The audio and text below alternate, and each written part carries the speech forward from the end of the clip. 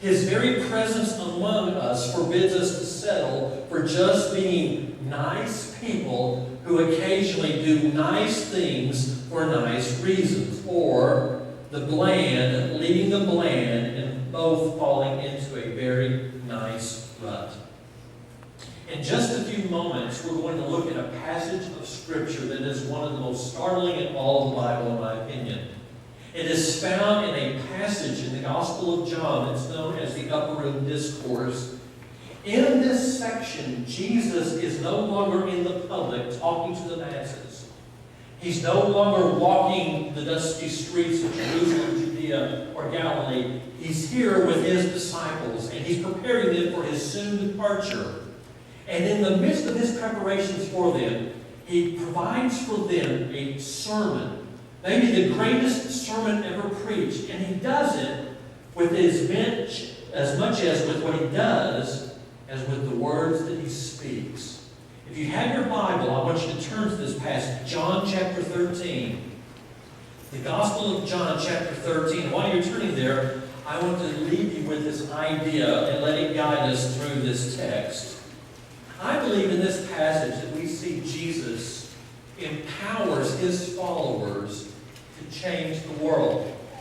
In other words, I'm going to suggest to you on this Sunday, when school teachers are going back to work, that Jesus has given those that follow him, that are in the public school system and in private schools, the power, the capacity to be world changers.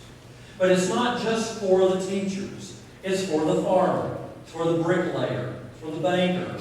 It's for the business professional. It's for the nurse. It's for whatever profession you might be in. He has given us the power to change the world. It is so simple. It is startling how he has taught us, how he empowers us to be world changers. In the Gospel of John, chapter 13, begin to read in verse 1, we read, "Before the Passover festival, Jesus knew that his hour had come to depart from this world to the Father.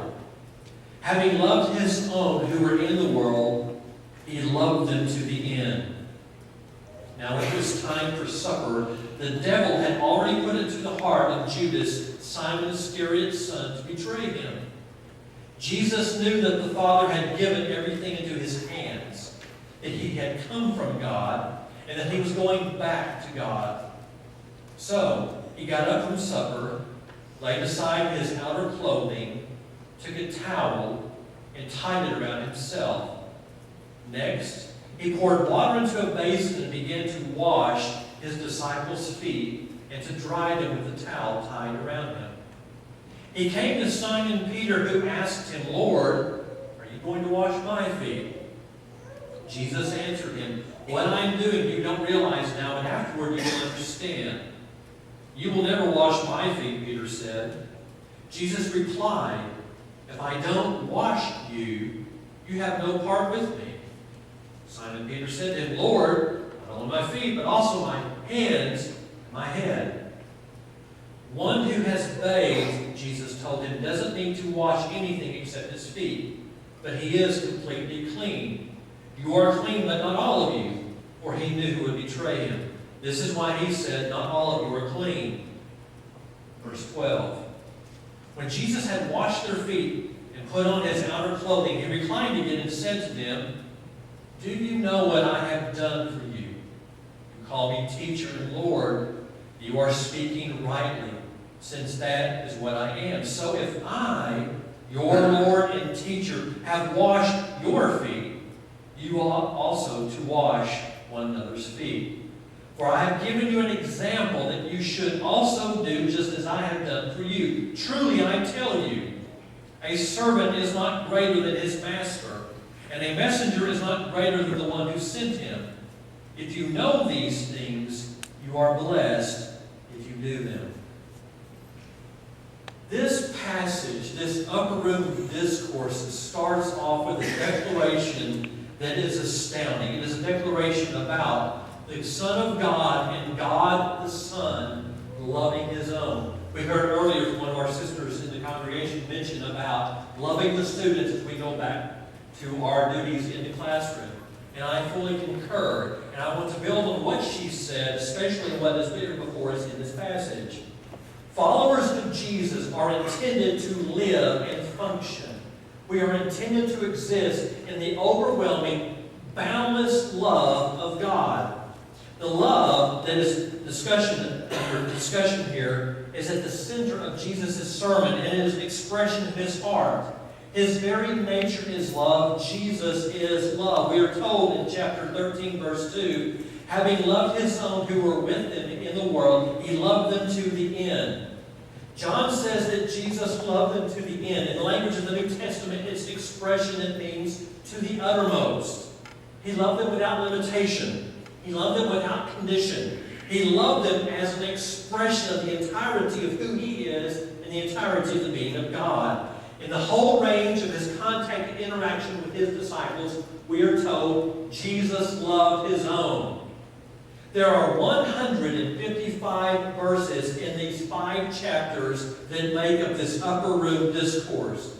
And all of them in some way are couched in or shaped by this concept of the love of God. It begins, chapter 13, at the very beginning, talking about God's love as manifested in the Son of God. The last verse of this chapter, chapter 17, verse 26, also ends with a declaration of love. John 17, verse 26, I made your name known to them, and will make it known, so that the love that you have loved me with may be in them, and I in them. In the middle of chapter 13, Jesus gives a new command. Chapter 13, verses 34, 35, I give you a new command. Love one another. Just as I have loved you, you must also love one another. By this, all people will know that you are my disciples, if you have love for one another. Now, tomorrow's the first day at school. Let's give a little test. Are you ready? Are you ready for a test this morning? According to Jesus, what is the greatest commandment? Go ahead. This is the participating part of the sermon. What is the greatest commandment? Love the Lord your God with all your heart, with all your soul, with all your mind, with all your strength. This is the greatest commandment. The same is like unto it. Love your neighbor as yourself. The Great Commission is unto this great commandment. We have been born again. We have been saved. We are created and indwelt by the Spirit of God Himself for the ultimate purpose of fulfilling the greatest commandment ever given by God to humanity. To love God and to live in His love. In this boundless, infinite, matchless, perfect, holy, glorious, overwhelmingly great love. We were created for this. We were created to be lovers like this. And this upper room discourse starts off with the declaration, a reminder that Jesus loved His own and He loved them to the uttermost. He loved them without conditions and without limitations. He loved them like this. We would think that when divine love shows up, everyone's going to see it and embrace it, right? I mean, don't we all want to be loved? I want to be loved, don't you? I want to love, don't you? And so surely when we see the most perfect, pure expression of divine love, we would think that the natural response would be to embrace it, to relish it, to hold it, to cling to it, which is what we see Jesus doing. The Father loves the Son perfectly and completely. The Father loves the Son in the entire infinite, eternal being, and He's pouring that on the Son. And what do we see the Son doing? We see the Son putting love into action.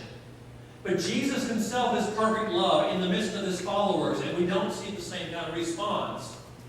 Startlingly, we see that when divine love shows up, one of the possible responses to that divine love is betrayal. It defies my mind, it betrays logic, and yet there's a man in the midst of this upper room seeing the Son of God and God the Son expressing perfect love, and he's going to betray that love.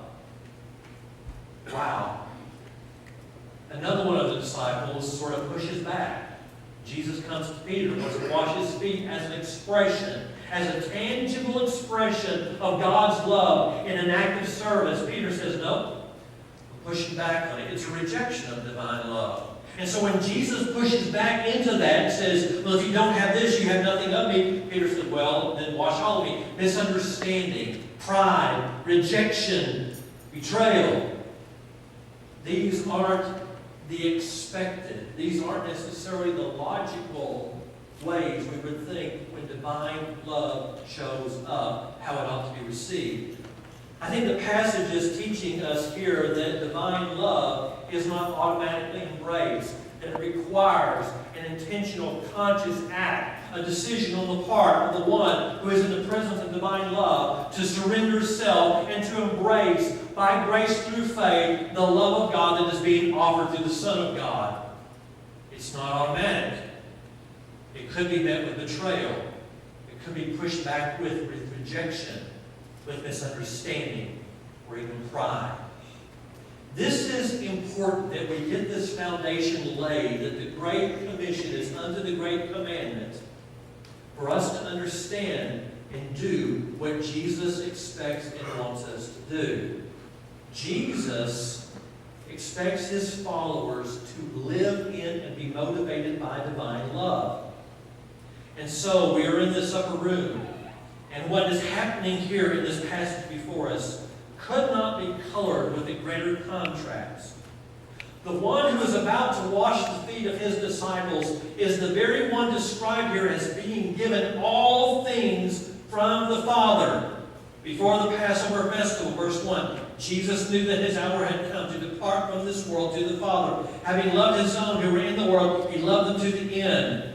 All things have been given to him by the Father. He is the Son of the highest. He is the Son of glory. He is the King of kings and Lord of lords. And he is stooping to the lowest. What is happening in this upper room and the side conversations that are going on are preserved for us in the Gospel of Luke, but we do know about them from the other Gospels. When the disciples arrived at the place where Jesus was to demonstrate this act of divine love, we are told in Luke that there was a dispute that arose as to which of them should be considered the greatest. When the disciples arrived at the place where Jesus was to demonstrate divine love, serving love, therein they're arguing over who is going to be the greatest in his kingdom. One of them may have said, I must be the greatest. He chose me first. I was the first one. I'll be the greatest. Another one said, no, I'm going to be the greatest. I was one of the three that was with Jesus on certain special occasions. When the rest of you weren't there, I'll be the greatest. Two of them may have said, well, our mother's put in a good word with the Lord. She went and talked to him on our behalf. And I'm going to sit on his right. My brother's going to sit on his left so that when he comes to do his kingdom, we're going to be there. We'll be the greatest. Each of them began to make the case, make the argument, make the assertion that in the kingdom of Jesus they should have a place of prominence. And so here you have creatures arguing who should be the greatest when the Creator is being a servant. He is modeling divine love. He is living and embracing God's, the Father's love as it was intended to be embraced. And what he is doing is drastically different than the rest who do not seem to have embraced God's love in the way that God wants them to.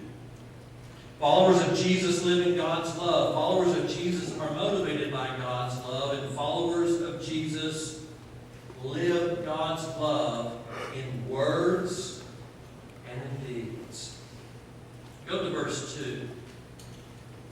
Now when it was time for supper, the devil had already put it to the heart of Judas, Simon Iscariot's son, to betray him. Jesus knew that the Father had given everything into his hands, and that he had come from God, and that he was going back to God. So he got up from supper, laid aside his outer clothing, took a towel to run himself. Next, poured water into a basin and began to wash his disciples' feet and to dry them with the towel, tie it around him. I think we have to slow down and just think through what's going on here. It was common in the first century for feet washing to occur before a meal. In that day, they would get to the table to eat. It's not like our tables. They didn't have tables with wing-back chairs. And we've seen Da Vinci's portrait of the Last Supper. They were on the side of the table either, sitting in chairs. The table would have been about 8, maybe 12 inches off the ground. And you would recline on the left elbow. And you would eat your food with the right.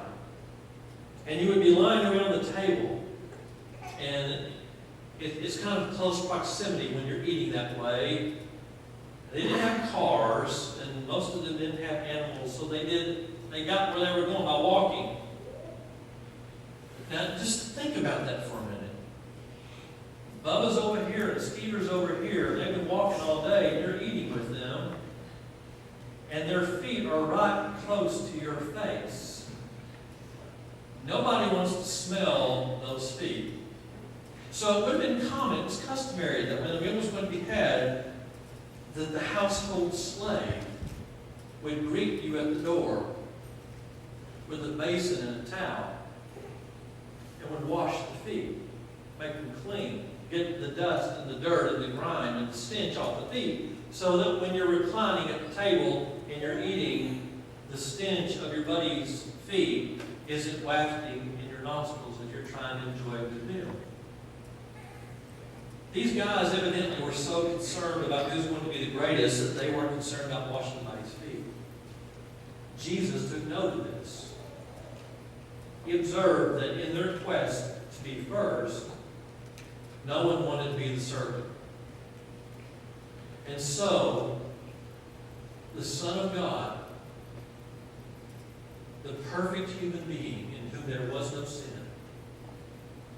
got up, took the basin and the towel, and took off his outer garment. And in this act of incredible humility, he began to go one by one to each of those men. The text tells us he didn't even say a word. He didn't have to.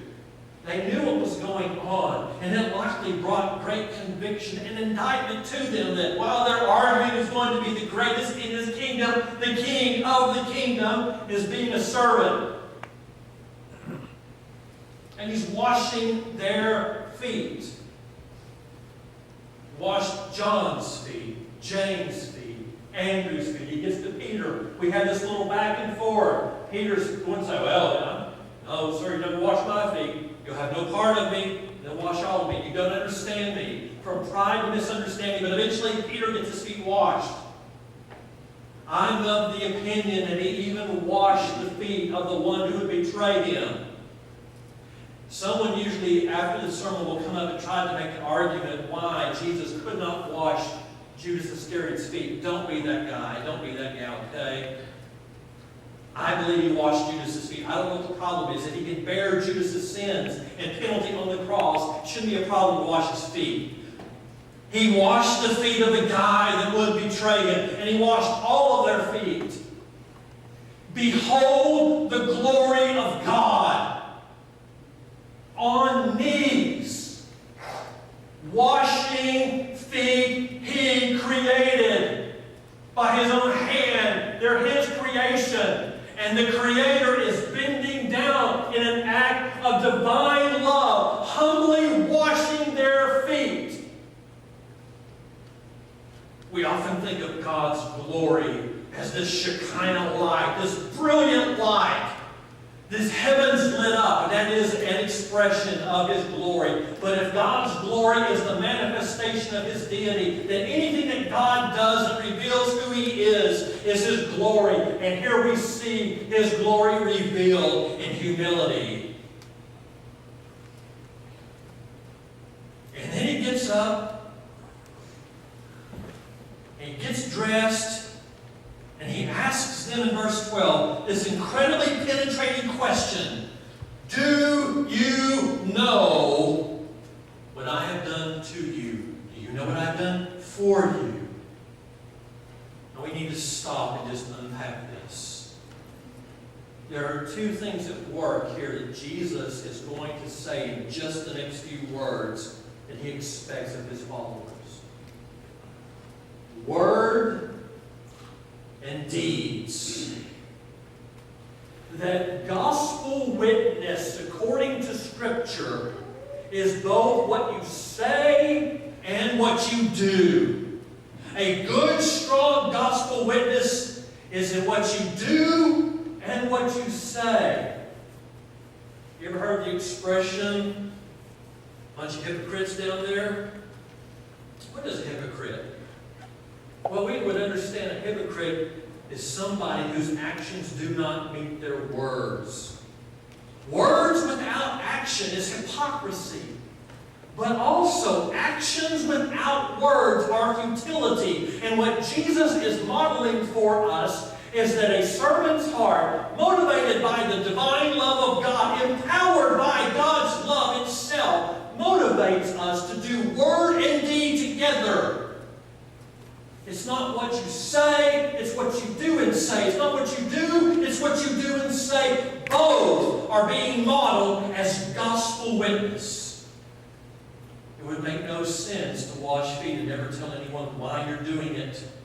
It would make no sense to change the bandages, feed the hungry, clothe the naked, get medical care to the sick and infirm without telling them the reason that I'm doing this is because the love of God is all over me and flowing from me, and I hope it's flowing to you, and I want you to embrace this divine love too. It moves me to do what I would not do without it. It causes me to do what I could never do without God's love doing to me what it did. So followers of Jesus are given instructions here by the Lord to his followers. Do you know what I have done for you? You call me teacher and Lord, and you are speaking rightly, since that is what I am. So if I, your Lord and teacher, have washed your feet, you also ought to wash one another's feet. I have given you an example that you should also do just as I have done for you. There are some old school Baptists who want to make this a third ordinance. Most Baptists like me believe in two ordinances of a local church. The ordinance of baptism, where we take our faith public. That's what baptism is. That's where we go public with our faith. It is our public profession of faith. That's where we tell the world, I belong to Jesus. And this is the way I tell you in the ordinance of baptism. The second ordinance is the Lord's table, where the many come together and we become one around the table, that as the body of Christ we declare we are one in Him. But some old school Baptists argue for a third ordinance. We call it foot washing Baptists.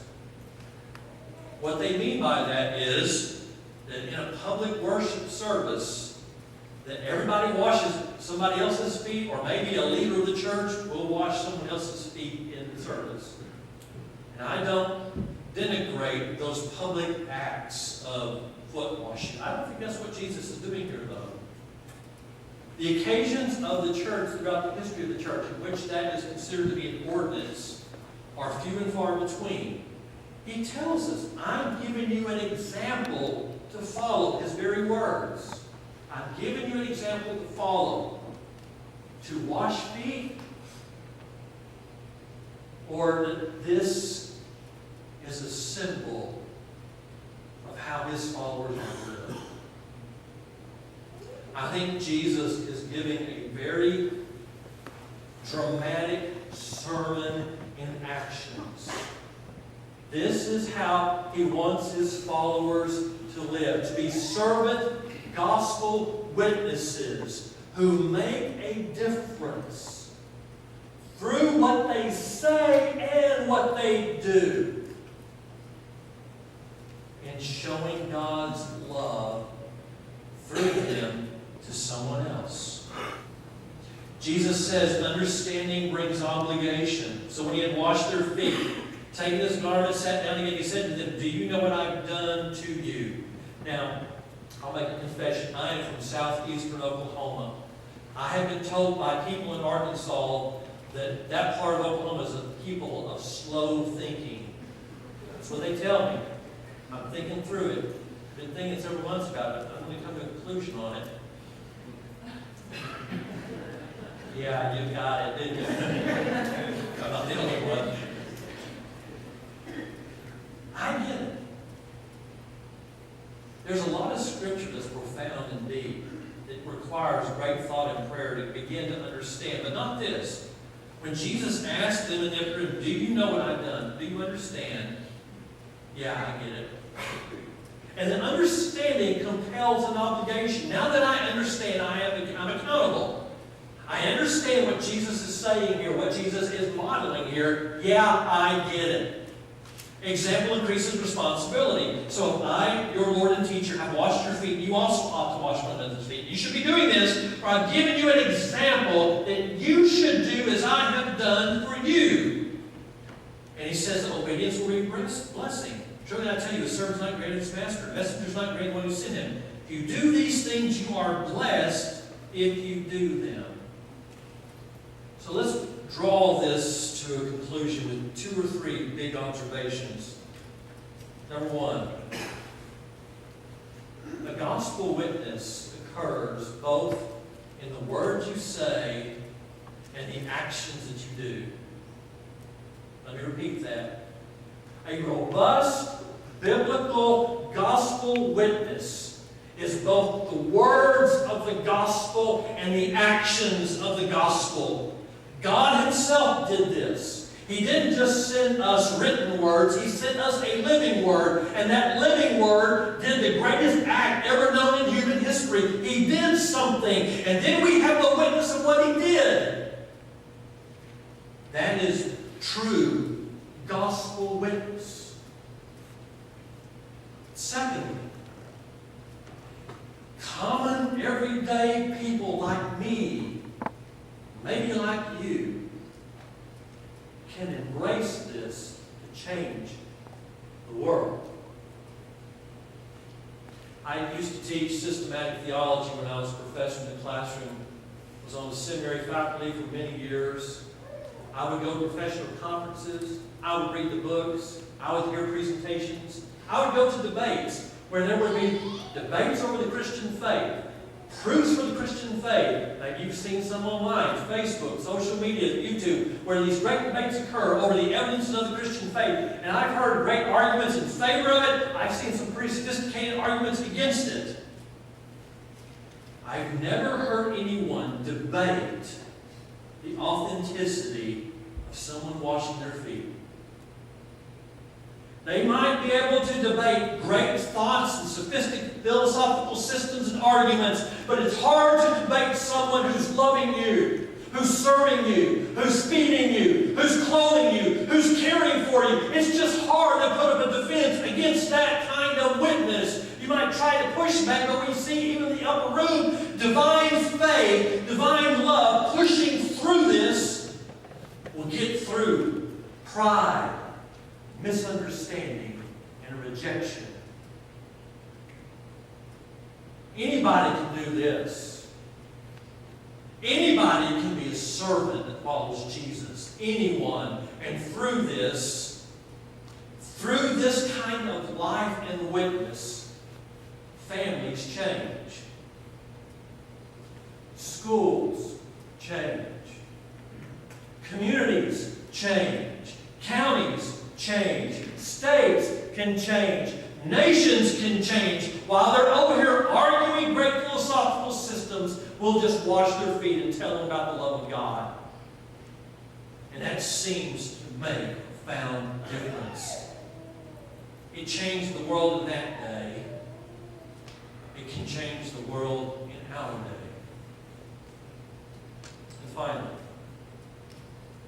we're to wash feet. And we are to be indiscriminate about whose feet we wash. If Jesus would wash the feet of the man who would betray him, and then he says, do you understand what I've done? Do you see the example I've done? I will even wash the feet of one who will betray me. We can take that and tease out the applications of, wow, I'm to wash feet. I'm to be a servant to all. I'm to serve everyone. I'm to serve the pretty feet and the not so pretty feet. I serve the feet that are well and healthy, and I am to serve the feet that are diseased and unpleasant. I'm to serve those who have wealth and influence and power. I'm to serve those feet, and I'm to serve the feet of those that aren't wealthy.